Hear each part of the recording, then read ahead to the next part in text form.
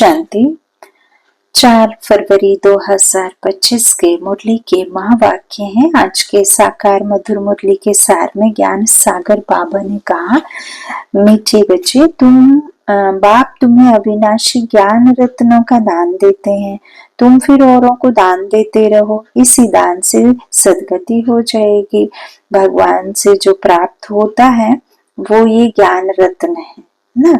धन दान करना, किसी गरीब को खिलाना, लंगर लगा देना, ये भगवान का दिया हुआ नहीं है। वो आपकी मेहनत, आपके कर्म, आपकी सच्चाई सफाई से जो कमाई होती है उससे आप गरीबों में देना अच्छी बात है। किसी का सहयोग करना अच्छी बात है।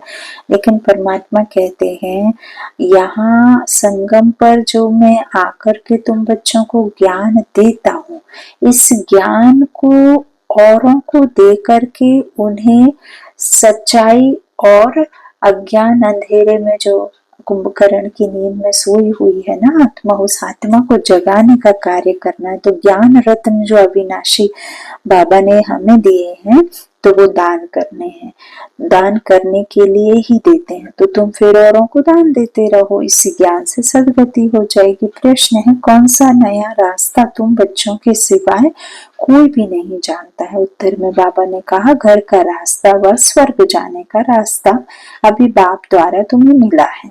तुम जानते हो, शांति धाम हम आत्माओं का घर है, स्वर्ग अलग है, शांति धाम अलग है। यह नया रास्ता तुम्हारे सिवाय कोई भी नहीं जानता। तुम कहते हो, अब कुंभकर्ण की नींद छोड़ो, आंख खोलो, पावन बनो, पावन बनकर ही घर जा सकेंगे। गीत है, जाग सजनिया जाग। ओम शांति। भगवान वाच, ये तो बाप ने समझाया है कि मनुष्य को व देवताओं को भगवान नहीं कहा जाता, क्योंकि इनका साकारी रूप है। बाकी परमपिता परमात्मा का ना आकारी ना साकारी रूप है, इसलिए उनको शिव परमात्मा ही नमः कहा जाता है। ज्ञान का सागर वह एक ही है, कोई मनुष्य में ज्ञान हो नहीं सकता। किसका ज्ञान? रचता और रचना के आदि मध्य अंत का ज्ञान, अथवा आत्मा और परमात्मा का यह ज्ञान कोई में नहीं है। तो बाप आकर जगाते हैं, हे सजनिया, हे भक्तियां जागो। सजनिया कौन? आत्माएं साजन को याद करती, भक्तियां भगत, आत्माएं भगवान को याद करती। जिसको याद करते वो भगवान, जो याद करते वो आत्माएं। तो भक्तियां भगत सभी मेल अथवा फीमेल भक्तियां हैं, एक समान सर्व मनुष्य आत्माएं एक परमात्मा की संतान तो भगवान को याद करते हैं। सभी ब्राइड्स याद करती हैं एक ब्राइड ग्रूम को। सभी आशिक आत्माएं परमपिता परमात्मा माशूक को याद करती रहती हैं। सभी सीताएं हैं। राम एक परमपिता परमात्मा है। राम अक्षर क्यों कहते हैं? रावण राज्य है ना, तो उनकी भेंट में राम राज्य कहा जाता है। राम है बाप, जिसको ईश्वर कहते हैं, भगवान भी कहते हैं। असली राम उनका शिव है। तो अब कहते हैं जागो, अब नवयुग आता है, पुराना खत्म हो रहा है। इस महाभारत लड़ाई के बाद सतयुग स्थापन होता है और इन लक्ष्मी नारायण का राज्य होगा। पुराना कलयुग खत्म हो रहा है, इसलिए बाप कहते हैं, बच्चे कुंभकर्ण की नींद छोड़ो, अब आंख खोलो। नई दुनिया आती है, नई दुनिया को स्वर्ग सतयुग कहा जाता है। यह है नया रास्ता। यह घर व स्वर्ग में जाने का रास्ता कोई भी जानते नहीं है। स्वर्ग अलग है, शक्ति धाम जहाँ आत्माएं रहती हैं वह अलग है। अब बाप कहते हैं, जागो, तुम रावण राज्य में पतित हो गए हो। इस समय एक भी पवित्र आत्मा नहीं हो सकती। पुण्य आत्मा नहीं कहेंगे, भल मनुष्य दान पुण्य करते हैं, परंतु पवित्र आत्मा तो एक भी नहीं है। बाबा कहते हैं, उन्होंने कर्म किसे कहा? जो धन दान देते हैं, मंदिर बनवा देते, मंदिर का निर्माण करवा देते हैं, तीर्थों पर चले गए, कोई ऐसे किसी गरीब को गोद लेकर पालना दे दी, तो इस तरह से वो समझते हैं कि यही हमारा धर्म और कर्म है।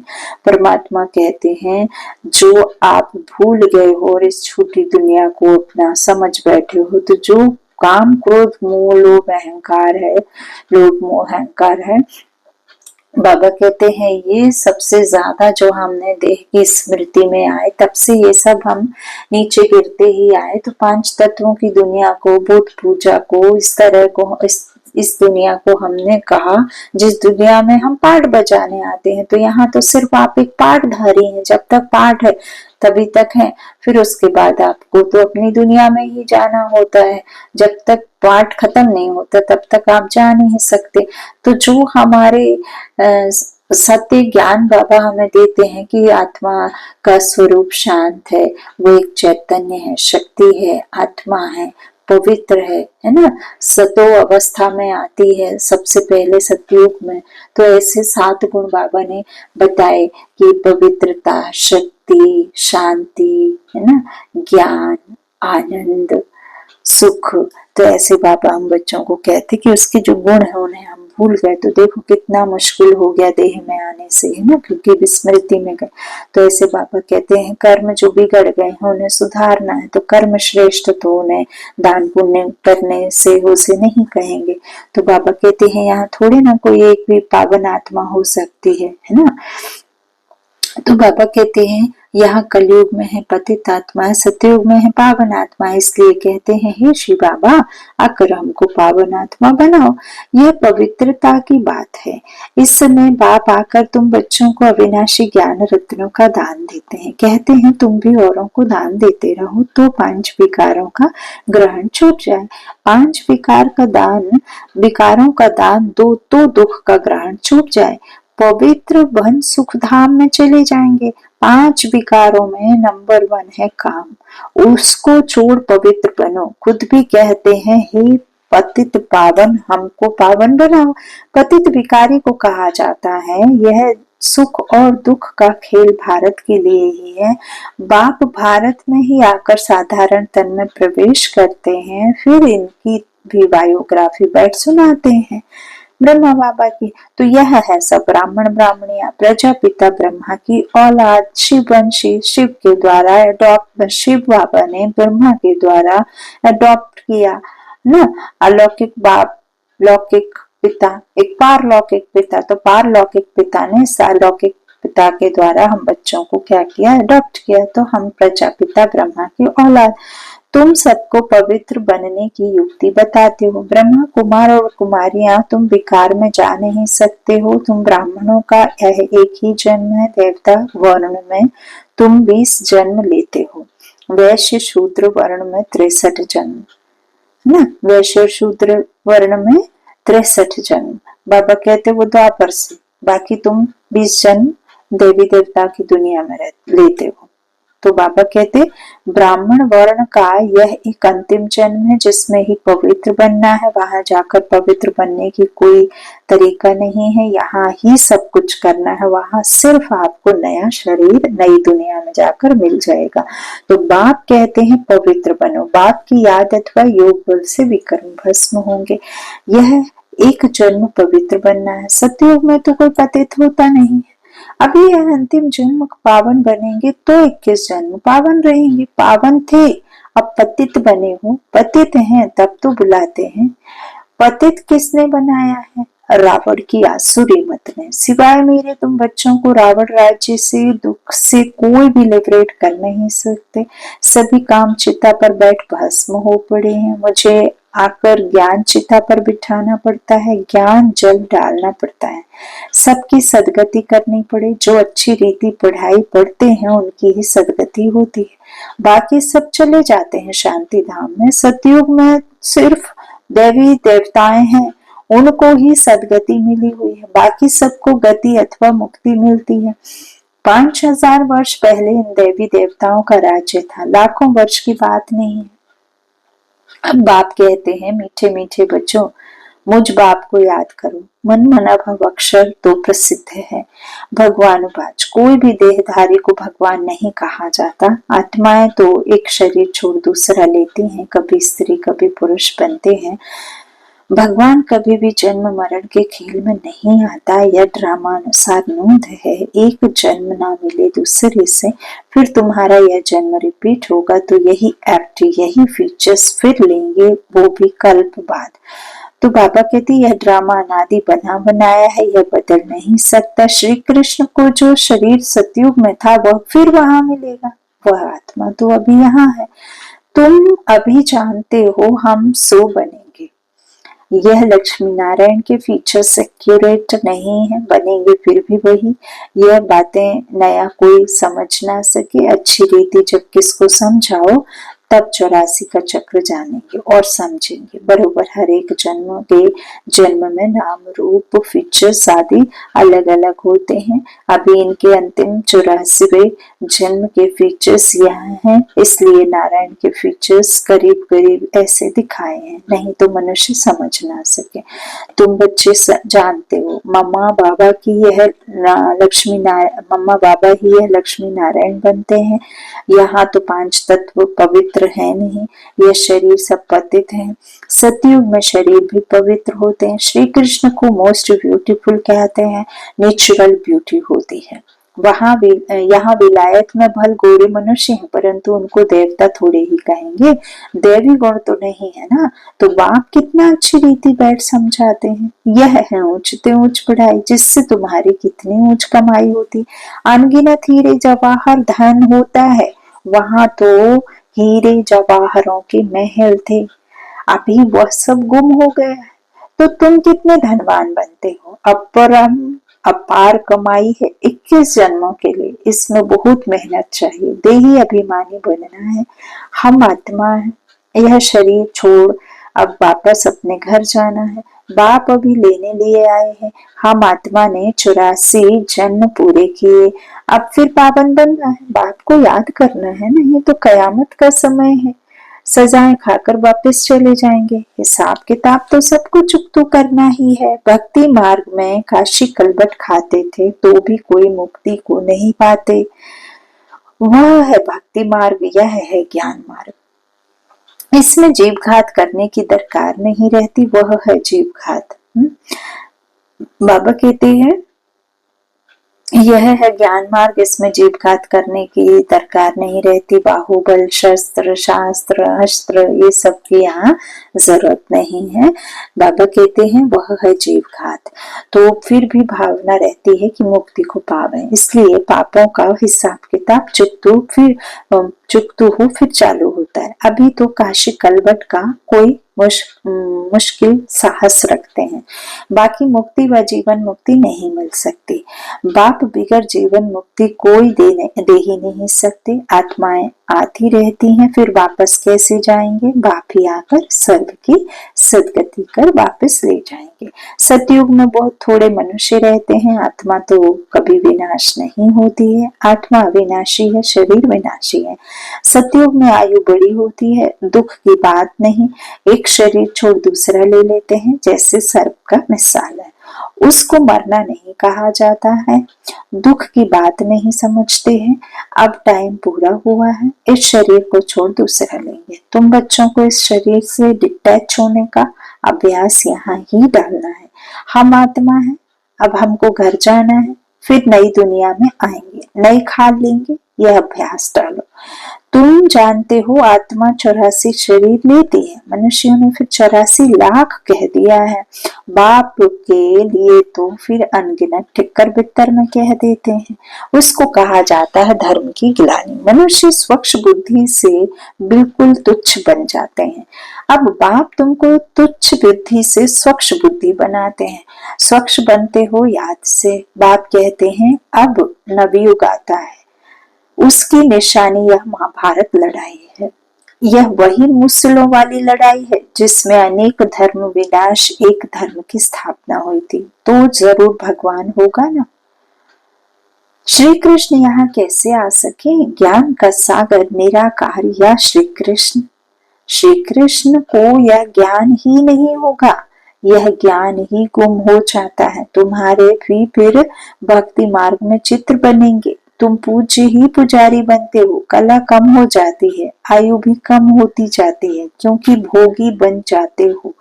वहां है योगी। ऐसे नहीं कि किसकी याद में योग लगाते हो।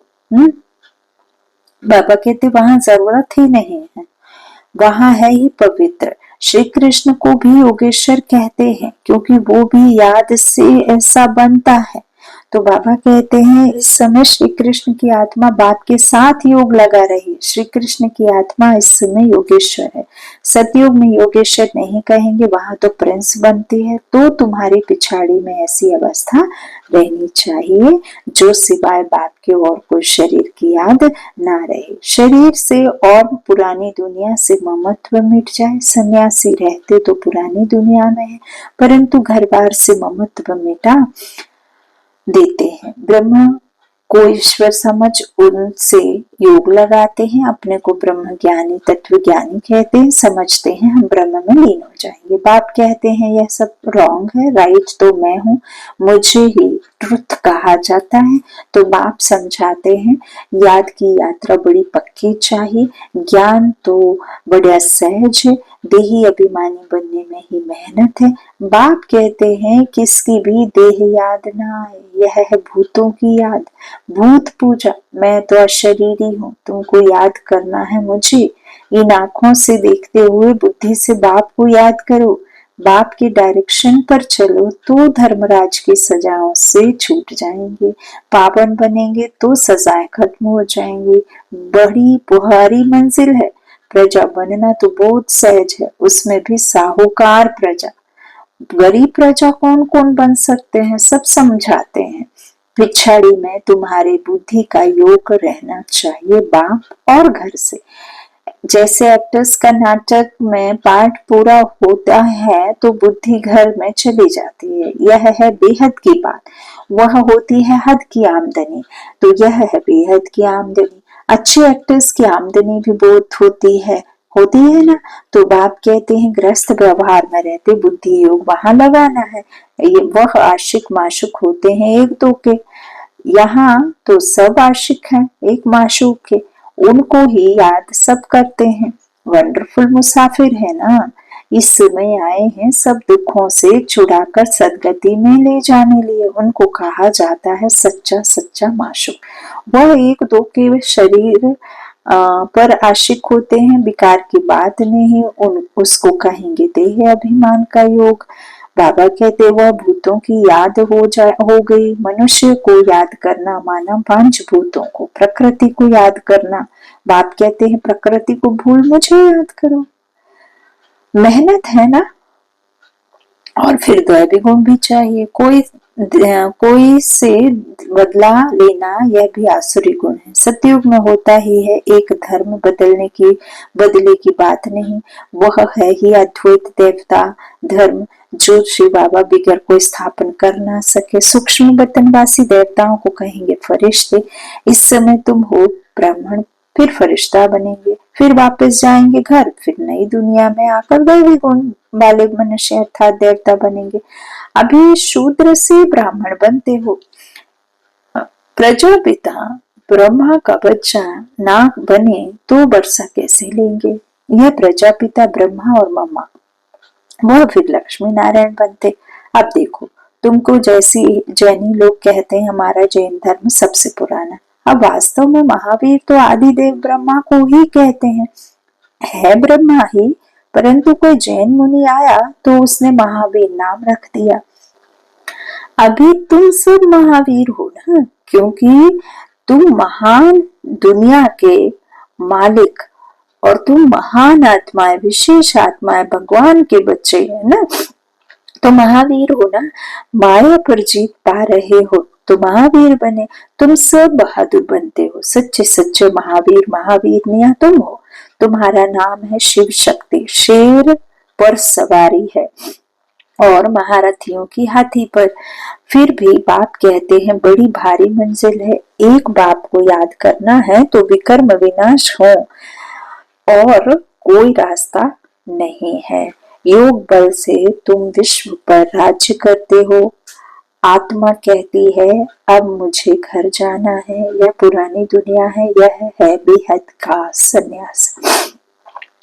गृहस्थ व्यवहार में रहते पवित्र बनना है और चक्र को समझने से चक्रवर्ती राजा बन जाएंगे। अच्छा, मीठे मीठे सिक्के लादे बच्चों प्रति माता पिता बाप दादा का याद प्यार और गुड मॉर्निंग। रूहानी बाप की रूहानी बच्चों को नमस्ते। हम रूहानी बच्चों की रूहानी माता पिता बाप दादा को याद प्यार और गुड मॉर्निंग। शुक्रिया बाबा, शुक्रिया। धारणा के लिए मुख्य सार है। पहला बाबा ने कहा, धर्मराज की सजाओं से बचने के लिए किसी भी देह को याद नहीं करना है। इन आंखों से सब कुछ देखते हुए एक बाप को याद करना है। अशरीरी बनने का अभ्यास करना है, पावन बनना है। दूसरा, मुक्ति और जीवन मुक्ति का रास्ता सबको बताना है। अब नाटक पूरा हुआ, घर जाना है, स्मृति से बेहद की आमदनी जमा करनी है। वरदान दिया बाबा ने, 1 सेकंड की बाजी से सारे कल्प की तकदीर बनाने वाले श्रेष्ठ तकदीरवान भव। इस संगम के समय को वरदान मिला है, जो चाहे जैसा चाहे जितना चाहे उतना भाग्य बना सकते हैं, क्योंकि भाग्य विधाता बाप ने तकदीर बनाने की चाबी बच्चों के हाथ में दी है। लास्ट वाला भी फास्ट जाकर फर्स्ट आ सकता है। सिर्फ सेवाओं के विस्तार में स्वयं की स्थिति सेकंड में सार स्वरूप बनाने का अभ्यास करो। अभी अभी डायरेक्शन मिले, 1 सेकंड में मास्टर बीज हो जाओ तो टाइम ना लगे। इस 1 सेकंड की बाजी से सारे कल्प की तकदीर बना सकते हो। स्लोगन है, डबल सेवा द्वारा पावरफुल वायुमंडल बनाओ तो प्रकृति दासी बन जाएगी। अव्यक्त सारे एकांत प्रिय बनो, एकता और एकाग्रता को अपनाओ। अनेक वृक्षों की डालियां अब एक ही चंदन का वृक्ष हो गया। लोग कहते हैं 2-4 माताएं भी एक साथ इकट्ठी नहीं रह सकती, और अभी माताएं सारे विश्व में एकता स्थापन करने के निमित्त हैं।